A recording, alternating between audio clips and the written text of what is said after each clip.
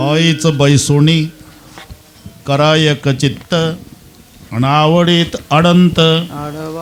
हे सोपं वाटत असलं तरी एवढं सोपं नाही. पहिलं ठाईच बसणंच कठीण आहे. आता बसण्याचे कार्यक्रम संपले. आता नाही, आता खुर्च्या पाहिजे. मांडी घालणं एवढं सोपं नाही. पूर्वी मावल्या मांडी घालून स्वयंपाक करायच्या, त्याला भद्रासन म्हणतात. ते तळव्याले तळवे पायाचे, मांड्या जमिनीवर, पीठ मळायचं दोन्ही हातानं. एक आणि ते चर्मकार जोडे चपला शिवताना त्याचंही तेच आसन. हे दोन्ही पायाचे तळवे एकाला एक, मांड्या जमिनीवर, दिवसभर रापी चालायची त्याची. माऊलीचा स्वयंपाक तसा. म्हणून किडनीचा आजार यांना नव्हता, महिलांना आणि चर्मकार म्हणजे भद्रासन होतं. आता किचन वटा, पायात स्लीपर, कारण ते फरशीच. पूर्वी आमची एकही म्हातारी पडली नाही घरात. सारवलेलं घर न सड्याचं अंगण. आता सगळे पेशंट डॉक्टर म्हणतात, काय झालं ताई? किचनमध्ये पडली साहेब. तुमचं काय? मी बाथरूम. तुमचं संडासमध्ये. तुम्ही पायऱ्या उतरताना. अरे पूर्वी एकही म्हातारी नाही पडली. म्हणून बसणं कठीण आहे आता. ठाईचं बैसोणी. बसला तर एक चित्त त्याच्याही पेक्षा कठीण आहे. डोळे उघडे ठेवून जे दिसत नाही ते डोळे लावल्यावर दिसतं, एवढं लक्षात ठेवा.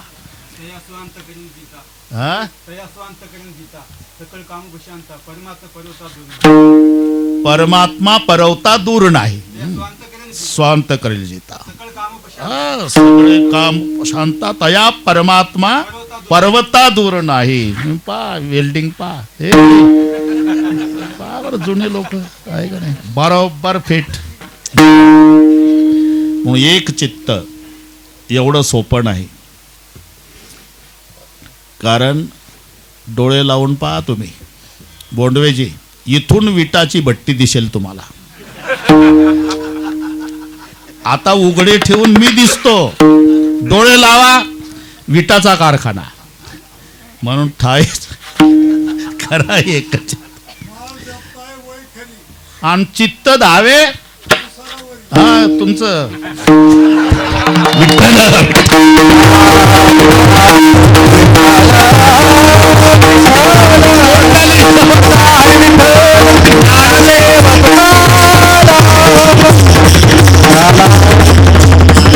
हे श्रोते भेटतात का पुन्हा आपल्याला 12 महिने? इथंच मजा आहे खरी. ठाईचं बैसोणी करा एक चित्त. आवडी अनंत आळवावा. इथे अनंत शब्द आहे, त्याचे दोन्ही अर्थ घ्यायचे.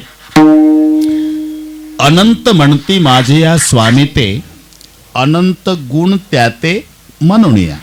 जे नामदेवरायांनी ज्या शब्दाच्या व्याख्या दिल्या त्याच्यात अनंत शब्द आलेला आहे. विश्वंभर म्हणती माझे या स्वामी ते, पोषितो विश्वाते. विश्वाचं भरण करतो विश्वंभर. जगाला जीवन देतो जगजीवन. तुम्ही तो अभंग पहा. जगजीवन म्हणते माझे या स्वामी ते, जीवन जगा ते म्हणून या. केशव म्हणते माझे या स्वामी ते, हरतो क्लेशा ते म्हणून या. पतित पावन म्हणते माझे या स्वामी ते, उद्धरी पतिता ते म्हणून या. तसं अनंत म्हणती माझे या स्वामी ते, अनंत गुण त्या ते म्हणून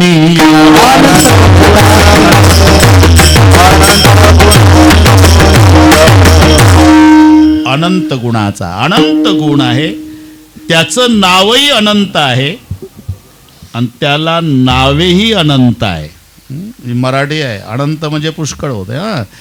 पुष्कळ नाव आहे. आणि तुम्ही म्हणता आवडी अनंत आळवावा, इथपर्यंत ठीक आहे. पण त्याला जर हजारो नावं आहेत तर कोणत्या नावानं? महाराज म्हणता हजारो नावं असू द्या तरी मी सांगतो त्या नावानं. रामकृष्ण हरी विठ्ठल केशव, रामकृष्ण हरी विठ्ठल केशव, रामकृष्ण हरी विठ्ठल केशव,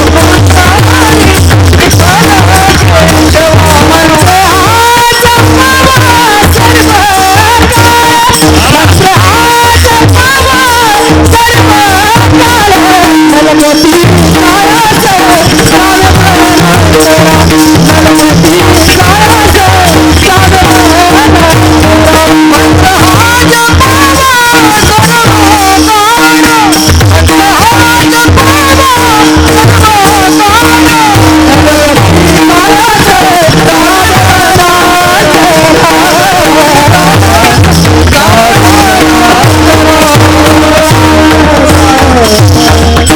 असू द्या ना, अनंत नाम असले तरी मग कोणत्या नामानं आडवावा? राम, कृष्ण, हरी, विठ्ठल, केशवा, हेच का? याचं कारण आहे त्या त्या नामातली ताकद सांगताना. राम अस्मिन रमंती योगिनः, ज्याच्यात योगीही रममान होतात. नाहीतर राजा जनक योगी आहे. अग्नी माझी एक पाव जळे, पुराण चालू आहे न अग्नीत पाळ जळतो तरी पुराण सोडलं नाही. नामाला आणि रूपाला मिथ्या मानणारा राजा जनक आहे. पण आंबेराईत तिघजण उतरल्याचं कळालं. जनकाची आंबे देखी अनुपय एक अंबराई. आता नाही वाढवते. कौशिक, अग्नी माझी एक पाव जळे हुंड मगाशीच. गाडी पुढच्या स्टेशनला गेली, आता काय ओढता साखळी. विठ्ठल विठ्ठल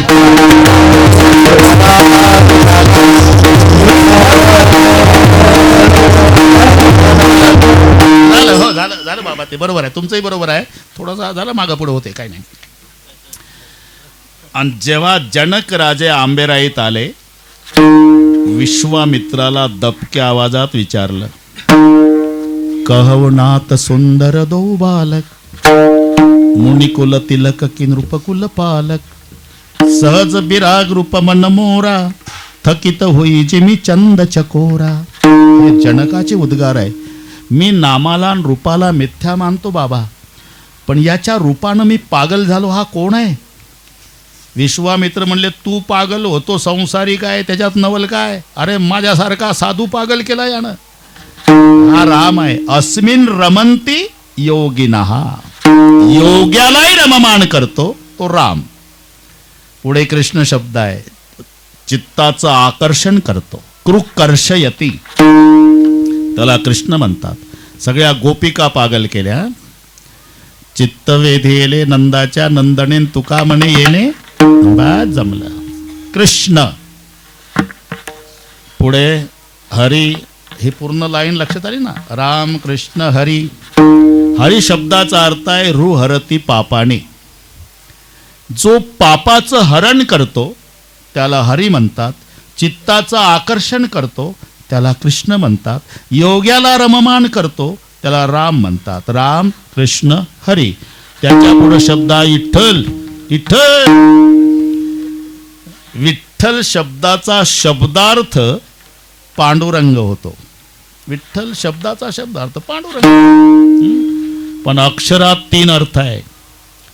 जसं मंदिर शब्दाचा शब्दार्थ देऊळ झाला, पण 3 अक्षर. मंदिर. म म्हणजे मंगलता, दी म्हणजे दिव्यता, र म्हणजे रम्यता. मंगलता, दिव्यता आणि रम्यता या तिन्हीचं एकत्रीकरण त्याला म्हणतात मंदिर. तसं वी म्हणजे विधाता, ठ म्हणजे निळकंठ, ल लक्ष्मीकांत. हे अक्षरातली ताकद आहे. विकारो विधाताय, ठकारो नीलकंठकः, लकारो लक्ष्मीकांत, विठ्ठल नाम भिदीयते. ही विठ्ठल शब्दाची व्याख्या आहे. वीचा अर्थ विधाता केलं, ठचा अर्थ निळकंठ केलं, लचा अर्थ लक्ष्मीकांत. लक्ष्मीकांत म्हणजे विष्णू, निळकंठ महादेव, विधाता ब्रह्मदेव. ब्रह्मदेव उत्पत्ती, महादेव संहार, विष्णू पालन. हे तिन्ही विठ्ठलाकडे बसतंय. प्रसवला विश्व तुची, हा ब्रह्मदेव झाला. घडीमोडी ह्या मात्रे महादेव झाला. आणि सांभाळ करतो विष्णू झाला. हे तिन्हीच एकत्रीकरण तो विठ्ठल. राम कृष्ण हरी. विठ्ठल केशवा. केशवम क्लेशनाशाय, जो क्लेशाचा नाश करतो तो केशव. पुन्हा एकदा योग्याला रममान करतो तो राम, चित्ताचं आकर्षण करतो तो कृष्ण, पापाचं हरण करतो तो हरी, तिन्ही शक्तीचं एकत्रीकरण विठ्ठल आणि क्लेशाचा नाश करतो तो केशव. एवढं सामर्थ्य या नामात असल्यामुळे मंत्र हा जपावा सर्व.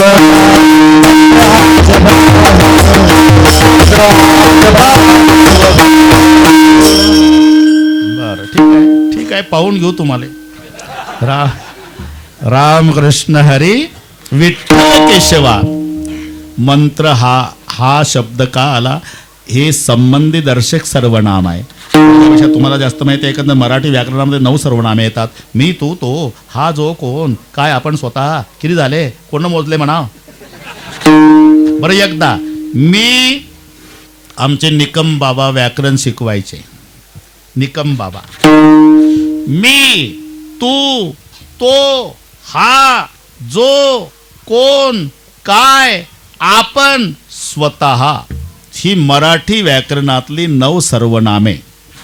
ती ते दूरदर्शक आहे. हा ही हे संबंधी दर्शक आहे.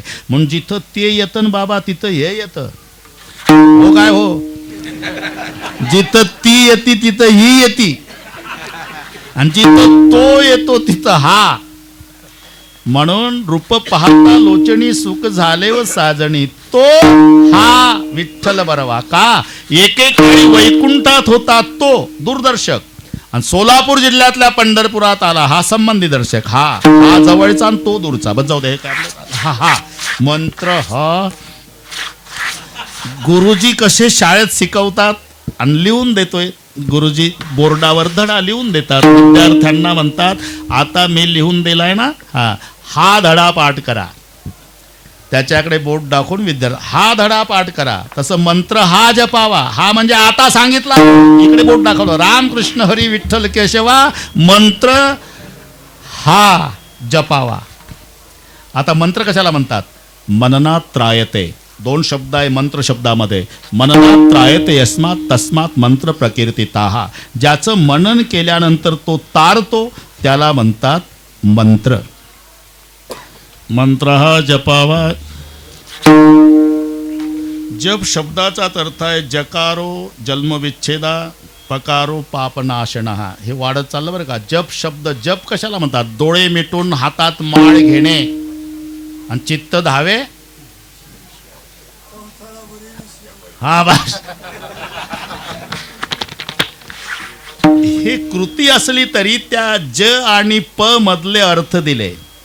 जकारो जन्मविच्छेदा, पकारो पापनाशनः. पुढचे जन्म संपवण्याची आणि पाप निवृत्तीची क्षमता ज्या कृतीत आहे त्याला म्हणतात जप. मंत्र हा जपावा सर्व.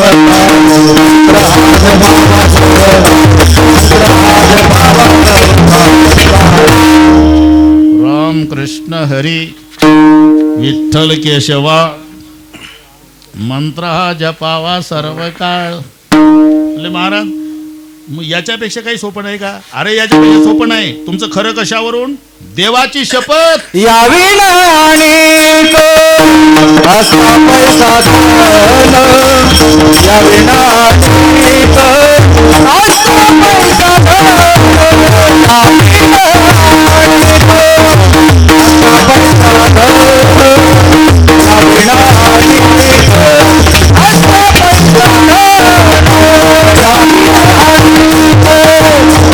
पैसा धन,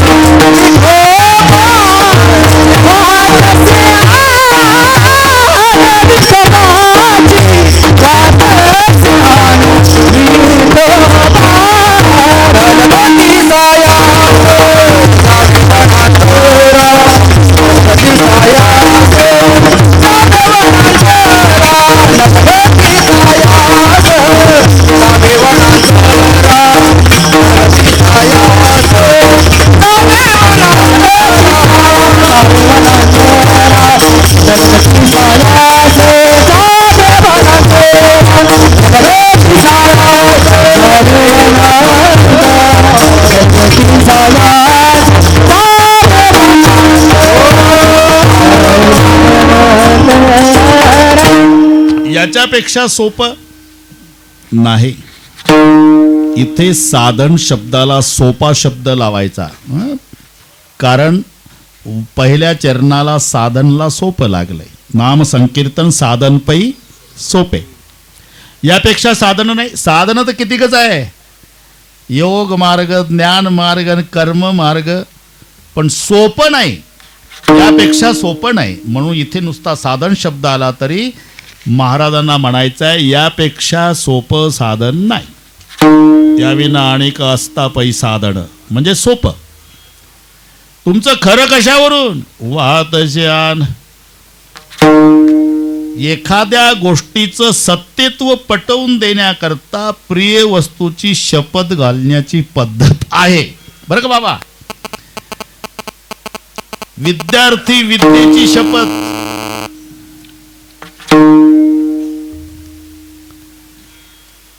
साधू संत देवाची शपथ, मुलगा आईची शपथ. गुरुजीनं विचारलं, का रे फी नाही आणली रे? काल सांगितलं तुला.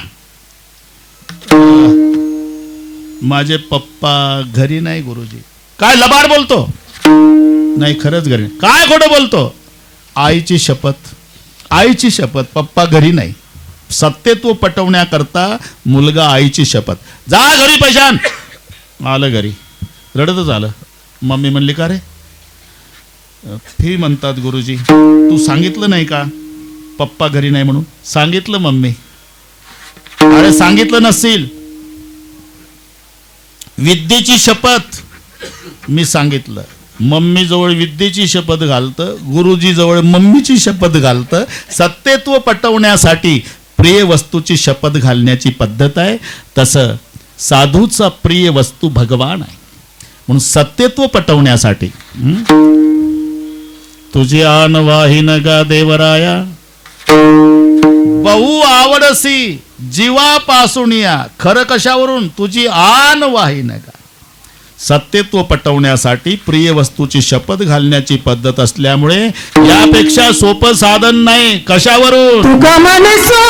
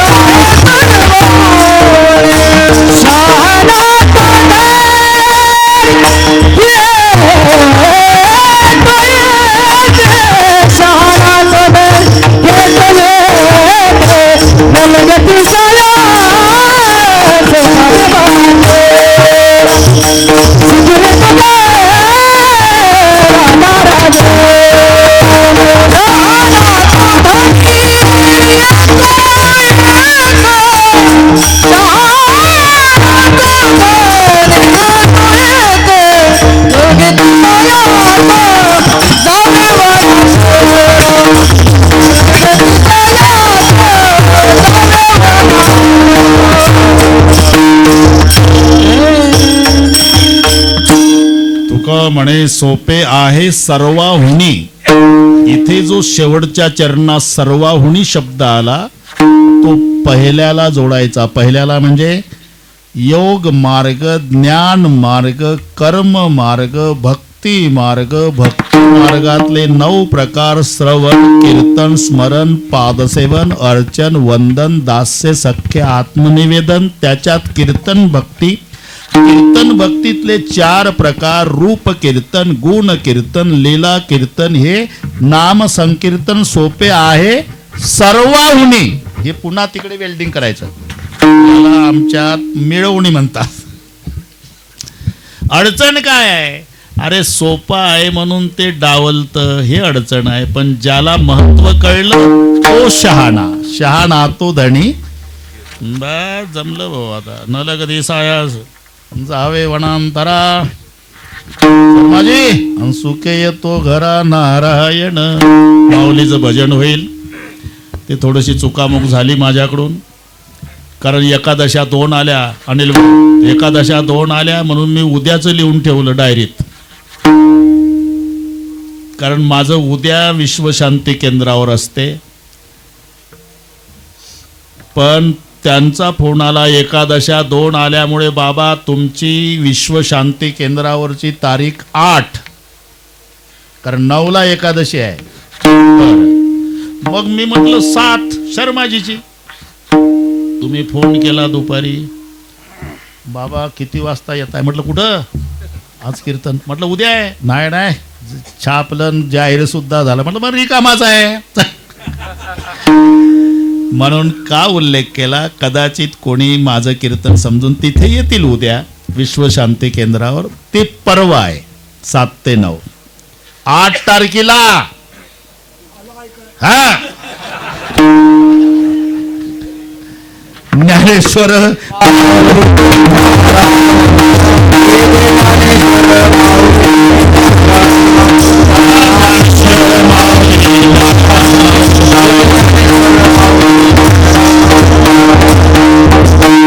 नाव संकीर्तन साधन पै सोपे जळतील पापे जन्मांतरचे छायाचं जावे वनांतरा सुखे तो घरा नारायण ठाईचं बैसुणी करा एकचित्त आवडी अनंत आळवा रामकृष्ण हरी विठ्ठल केशवा मंत्र जपवा सर्व का या विना आणि कसता पै साधन वाहतसे आण विठोबाची तुकावणे सोपे आहे सर्वावणे शाण दोन्ही घेत असे.